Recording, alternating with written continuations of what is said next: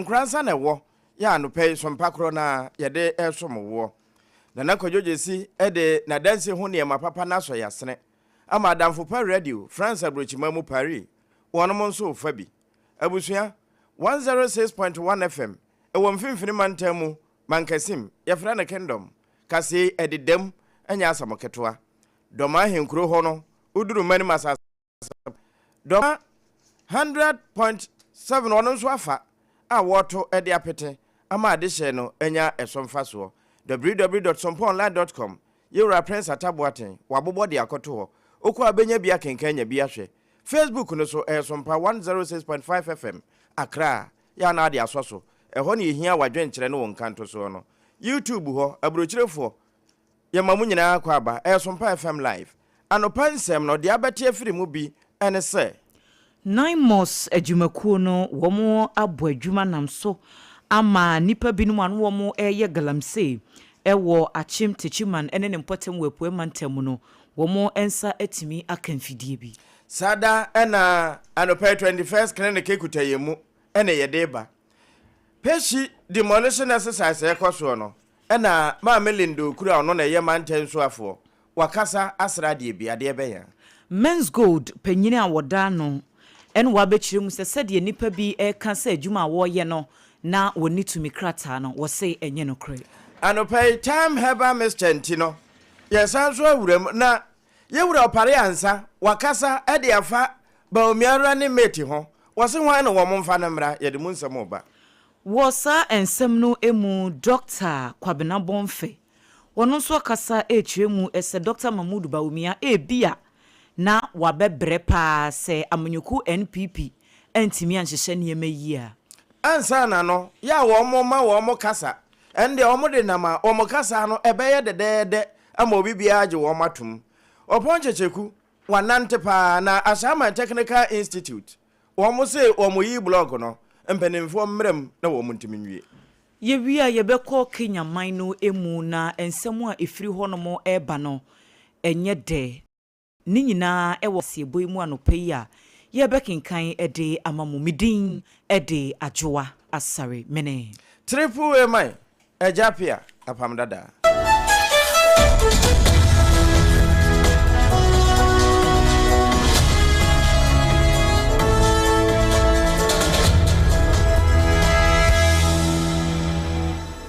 Afei ensamono ninchiremu ankasa enie National Anti-Illegal Mining Operations Secretariat ayetwanitiawa efreno 9 months womo task force bako abomodin akopiemu ewo achim techiman ya enono ewo kwa ebibremu mansini mu wepue mantemu se womo nyanentie se nipa binum akọ etu efumagudie ya emfa emrakwanso enra ena saa asemi esiye ne echiremu ese illegal miners womo eye enkrofo bi omkosese mfidi akese ebegu empotem ho no ma ene na enye asemketoa ewo area ho na yesi amena hodo ya womo atu ho no ma 9 mosofo no ekopie no na eyade bi kura wudru main road wa eben potemwa baabi a no wo mutu amena no eben kwan ne ho pɛ na eye omo pa se omanfo bi no matena se ahye ama wo modin fidie bi a etesa akwakopie mu wo honom se wo mo kwakotu efom agudi a emfa mrakwanso nti wo mu hunu ya na ene wo mo task force mpenifo bom modin kwagigegege niam hodo a na wo manfo no edidi dwuma sanse wo mo kodu ho no yese ne wo mo te se 9 mosofo na ba no wo mo hyase se wo mu dwane eniam mfidie ni a ade a wo mo kosisi site ho nyina wo mo gya ni nyina wo ho dwane ye ena 9 months task force no ekosesa ni nyina wo mo de akwakopie mu ewo bambofo akachi a wo mo edaso aye nhwehwemu ewo saa ensem no wo mo na mankrata iso ebo manfo nyina no ho ba se 9 months of wo mo nje bribe ena operation na wo mo ye no eyade bi a wo mo nye wo madwene se wo mu gya sesi a enti wo mu tu wo mo ye saa de nyina afo se emra no eso mu a eyade se eniu ebedi ni ye panti wo mo mutu gala ni nyina no wo mu ntu wo mo hofo na wo mo fa ni nyina ensi ho na bia ya wo mo kopie mu wo honom achim techiman ho nso no yesi amena na galamse yes no wo matu nyina no na mosfo akwa katakata so a ebre sem no wo mbehwe na reclamation na hudu bi se wo mo yenso wo maye ama ensase no nso asan agina bi se ensase no enya gina abusua ya eho no momfa nsisi adan eno sa no na nakwadwoje si company limited ko baje si sempremo on na wase mu hunu na wɔdɔmboa mo wɔba palendo kulu enkramanta no wɔne ne soafo a wɔda no na saa demolition exercise ahodo a ɛkɔ no ɛna waka kyerɛ municipal assembly ɛna district assembly bia wɔn enkramanta mu ha sɛ wɔn mommoa sɛ de bɛyɛ na wɔn mo a wɔn ho kaayɛ no wɔn nso agya wɔn betumi aboaboa wɔn ho kakrakra ama watumi asasa wɔn nneɛma afiri saa Peshi Lagoon afa hɔ no ɛne wɔn a ɛwɔ ne nsa homa nyinaa ho na wɔbɛsɛ wɔn man. They won several of that area that is a no-go area for them, and they still went ahead to put up their buildings, and so they are only pleading for the assembly to relocate them, and that is exactly what we've told the assemblies to do. They should make sure that, because not all the buildings on that stretch were affected, we only want to create a buffer so that when it rains, the water will settle, and that is what they have done. So those that are not affected, they will see if they can find a place to relocate them. After the demolition, unfortunately, Director General of NADMO is traveling. He will be back on Monday. We will go there and take care of the debris, make sure that we collect everything there. We are going to green the place. After greening, we are going to start the dredging. So that is what we are going to do. We want to expand the lagoon so that we will have the natural lagoon that it used to be. So that is what we are going to do. Eno eyankramanta no so afọ o amelindo oklu na wone yensentrofo edi nkomoyi. Yetua kasie no so ewo ensemfoforo emu na Chief Executive Officer Emma Men's Good adwumako no asesi a ne nsemo akwakoye bibi ewo maimu na apia mensa ya adodo no efre no number 1 enu a okopie mu ewo Accra High Court na wode atudwa ese sedie enipa bi etenetene wo monsa woni so se ni gold buying company no wo mu enni tumikrata ya no wo mu di operate a wo sesa ansem no nyina no enye no kore obi obeka se Men's Good na wo mu ni license no na sa nipa kro no won hyeda enim ne woka na wo kiremu ese ye ka se intansa hodo obeye aduasa enkron 39 ene ye de ayantam ne komu ebi eka ho se na wodi gold hu dwa wabra woni tumikrata afei enipa binum gidi a wo mu de share adwumakuo no mu no ono nam anankasa mu no wama saa trust no atonsuom woyɛ no so edifiri hɔ no ma wonnam kwatikwa so achinchim omanfo nsa agi wo musika ne nyinaa eka charges ahodoɔ bi a yɛde abɔ nam 1 money laundering ne nyinaa eka ho bi na wɔkyeremu ese wɔno ne company no wɔn di kan apply ko Precious Minerals Marketing Company adwumakuo no ho ema wɔn ka sɛ nkratasɛm bi wɔ hɔ no mo ɛsɛ Men's Good fo ne A2 company no wɔn yɛ san nkratasɛm no nyinaa sika na ɛsɛ sɛ wɔn tua yɛ ema Precious Minerals Marketing Company ema adwumakuo no kura bɛyɛ scrutiny bɛyɛ nhwehwɛmu hunu sɛ ampa adwumakuo no wɔn wɔ ho kwan sɛ wɔn operate enti eba ne sɛn ɛna ne wɔn de sobo ba bɛbɔ wɔn abɛtwe no aboɔ so sɛ adwuma wɔn bɛyɛ yɛ no na wɔn ni tumi krata enti wabra court no etena ase no ɛna empenifoɔ akyiremu ɛsɛ nam 1 ɛsɛ wɔwɔ license dia ɛne enkrata edi adanse ɛsɛ wɔwɔ saa tumi no wɔn fa no nyinaa embedan court panyina no wɔte asɛm no so ɛyɛ justice sadinam awo kwadam wɔno na de tu dwa sɛ wɔhyɛ nam 1 ɛne ne company no ne na lawyer for sɛ ansa na wɔn bɛsan afrɛ asɛm no ebiem next court hearing no wɔn pɛsɛ enkrata ɛfa sansɛm no ho nyinaa adanse license ne ho bibia no wɔn fa saa document ne nyinaa emmeto court no anim sɛ de ɛbɛyɛ a wɔn bɛhunu biaya wɔn bɛfa asɛm no afiri wabra wɔn ɛtoa saa ensɛm no so ɛwɔ court ho na wɔn sɔre yɛpɛ ɛna convener ya oda aggrieved customers of Men's Good ɛyɛ wɔn de wɔn sika kɔto hɔnom ya enko wiase ne nyinaa akɔ mu no Frederick Forson ɛde to court no anim sɛ yɛkasa yi enipa bɛyɛ ahasan ne akyire over 300 members a wɔn yɛ Men's Good customers ɛna wɔn awu esan se atete eni sika won beto aduane ediri kura no edin enti se sankrofo we nyina to nanom wonse do dia won besre court no se anamo bi esese wo mutu se de beya won betimi anya tentrene ede ama sankrofo afei won nso wo musika akokam nyina e betimi adani sika na chi ede amom no won sre court no se won hwe na wo mutu sa anamo no ema wo mu ene na eyemra enya ba ne sa na in law for no won na betu sa anamo yi womobo emra no ne ajapade aka ne akra no eho ban afi yenwura manyesemu adaji Dr. Mahmoud Baumia Dr. Abebe wonna say NPP for the franka na hye nensa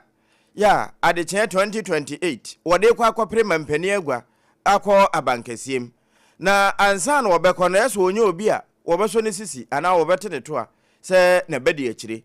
eno na amanfo ahye ase kasa ho na ne campaign manager ora Frederick Opare ansa se enya nuru hokura eye too early premature eni kwansa sabre kura wo modwenwene ho esanse wo mo de akwakoyi na mum chiniya awo mo ne wo mo ebo atipen no wo mo nyanyi wo mo de enti se sia se wo mo kofa na running mate so eba beka ho a eno so kura no ni ye strategic ese wo mo hwe baabi a wo firi ba abusuan wo firi mu nton a wobo ene afoforo bi e ka ho na enwuma eda ya yete efiri ni wura no it's way too early. The biggest challenge is someone I know you can see as I say you're reorganized party and you're way too early. You don't even know who the NDC is going to bring as their candidate. In choosing and running a strategic thing that you're doing. So what I say, if you are could choose candidate a free baby, you're prime lead and free one. A prime lead from that area. People as flag bearer. These are all things you need to wait for. The conversation of running mate, I don't think the conversation we even need to start for the next debate. I am who be on a BB at we are talking about. Our focus should be now making sure say party na kasana machine na dey back. We had the ponko I would transfer a corporate deal. So I just say the party is not in good shape. Then CCC party no. That should be our number one focus. And this is CA the here ne say amanyoko no won be ka won ho abom na fe pira hodo a won pira wa amanyose mu no won be miamia won pira kuro na watimi a polish won ho ye e dey about 2028 na mom enye running mate eno no wura Frederick Opare ansa wakire mu yi Yedasoa ewo sa ensem no emu lecturer ewo University of Professional Studies Enkran UPSC eye Dr. Kwabena Bonfe Jr. na wo bokoko se Dr. Mahmoud Baumia wanhwe ye no wantoto ne ma ne 2028 abato no a MPP fo ani abre wo ho no wo mbekọ wo san ebedi ncho ne enti a wakasa eni se wo sesesi amanyoko no ba bi agina no enye enti wa bai no esese wo hwe se amanyoko no internally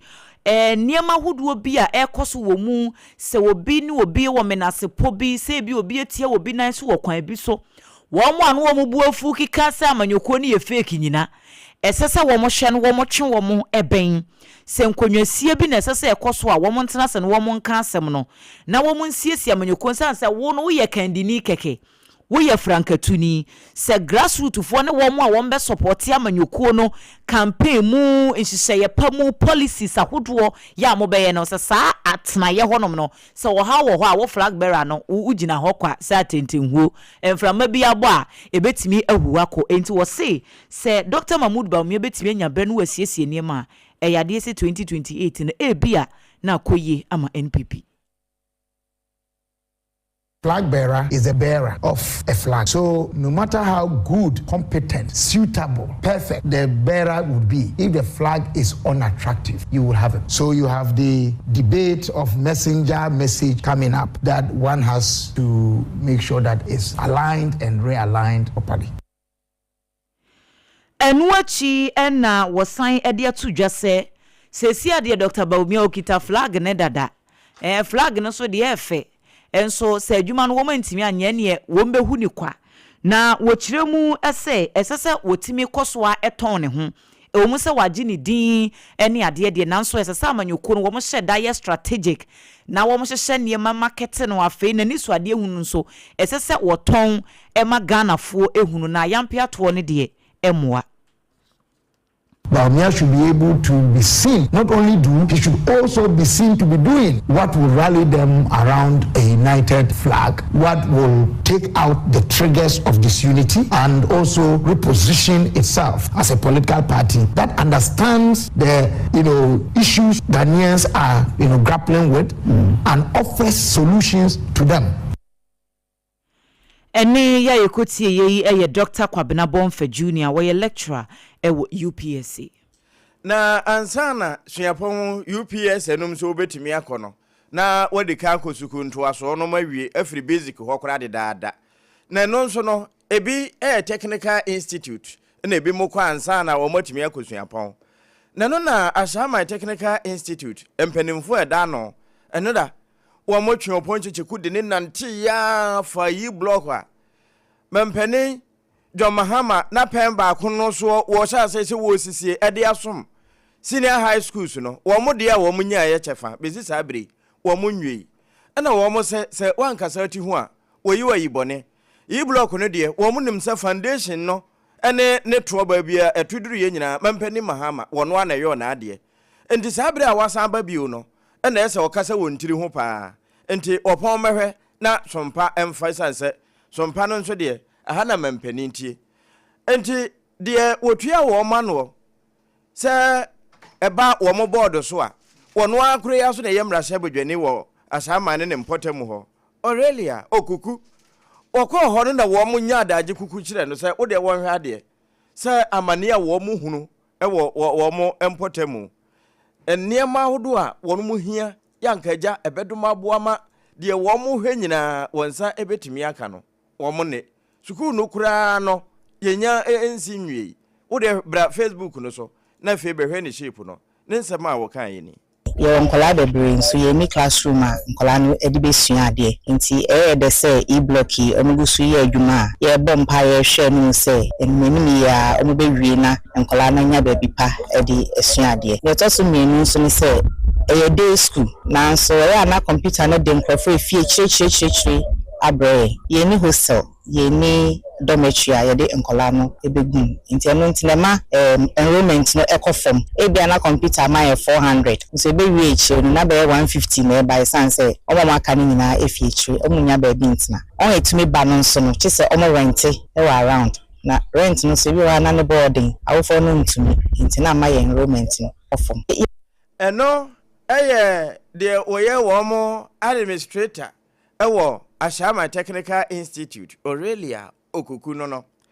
na we no na ye bra honorable Ernest Nogwe wakwa akosra won na saa nsem nyina ekokopie na ono nso ne nsema wode to opon animu ni. When the previous government came, they abandoned most of the projects that were started by the John Dramani Mahama #1 project. And so when we came to power, I realized, and even the authorities, the management of the technical and vocational schools were always on my neck to make sure that we create some opportunity or create some environment for the students to move from where they were learning so that they will also have a very conducive environment to learn. So when we came to power in January, I had to speak to Honorable Haruna Idosu and His Excellency John Dramani Mahama himself, who directed that Honorable Haruna Idosu to make sure that the project is completed by March this year.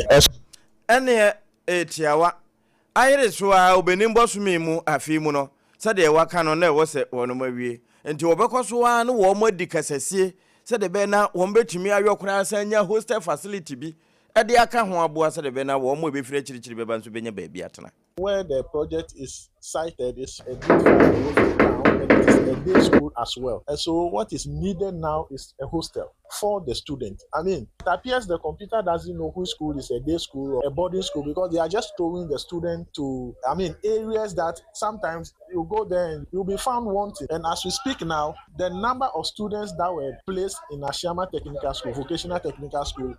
were more than the people who came or the students who came for admission as we speak now. So we really need accommodation. I'll speak to the minister himself once again and then they get fund so that they can give us some, there's some number of hostels for both male and female. We have land space. We have enough land space that we can site this project on. As I said, enti de wo mo hwene se wo mbetumi anya baabi amamma ene mema nyina atumi ada abusua eno so ne yegyina na yada ye hutia waje aboafo nkrato yenya ba pe yede wo kwa amanone.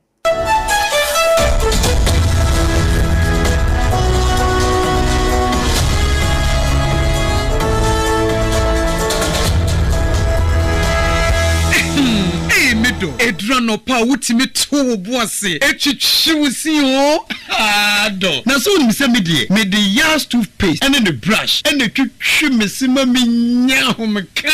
senti na ye bokoi na me die me all time favorite Yas herbal toothpaste and then a brush aboa me ama sesei menum so a enwunu anasa de ehia me selfim me biem na won hwasa me si aye fita sesrechi ahoma na et brightens Yas whitening toothpaste and then a brush and me de hwimese enti na wo se efei na Yas total care gel toothpaste and then a brush ne de ebo wo se ho ban demu ne nyina ema wonum ye sham. Oh yes, enu krotrodo Yas herbal Yas whitening and Yas total care gel toothpaste and the brush abusuan chamfa se wo pedudu tu e won kran ha for Leicester Ghana Limited and was 050-161-9588 Leicester Ghana Limited and the Yas toothpaste mo ahodo and the brush abadwa so abeboye.